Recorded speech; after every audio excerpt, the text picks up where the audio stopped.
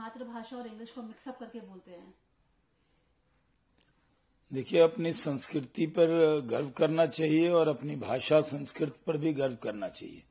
सबसे पुरानी भाषा है, साइंटिफिक भाषा है, उसका उपयोग पूरी दुनिया के लोग करते हैं और भारत में उसका उपयोग न हो ये दुखद है। उसी पर सरसंघ चालक जी ने भी अपनी चिंता जाहिर की है। अब मैडम क्या कहेंगे आप इनके बयानों पर? देखिए, जमाअतुल उलमा हिंद के नेता पहले अरशद मदनी ने मुल्क में तनाव पैदा करने वाला बयान दिया। मौलाना महमूद मदनी ने अब भोपाल में जिस तरह की भाषा बोली, जिस तरह की जुबान बोली है, उसकी मैं मजम्मत करता हूं, निंदा करता हूं।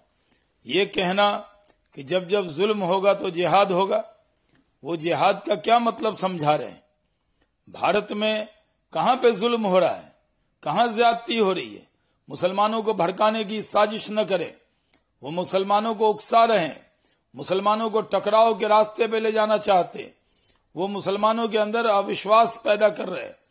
और उनको मालूम होना चाहिए कि आज मुसलमानों को जो हक भारत में मिले हैं वो दुनिया में किसी भी माइनॉरिटीज को नहीं मिले। मुसलमानों के लिए भारत से अच्छा देश, हिंदू से अच्छा दोस्त, भारत से अच्छा संविधान और मोदी से अच्छा नेता नहीं मिल सकता। लेकिन असद मदनी का कहना कि हम जुल्म के खिलाफ जिहाद करेंगे, हिंदुस्तान में कोई जिहाद की इजाजत नहीं दी जा सकती। हिंदुस्तान का मुसलमान भी उनके इस अपील के खिलाफ है। वो हिंदुस्तान के मुसलमानों के ठेकेदार न बने। और ये कहना कि सुप्रीम कोर्ट सुप्रीम नहीं है, ये सुप्रीम कोर्ट पर एतमाद को पूरे हिंदुस्तान में कम करना, ये बहुत दुर्भाग्यपूर्ण है। मैं इसकी घोर निंदा मजम्मत करता हूं।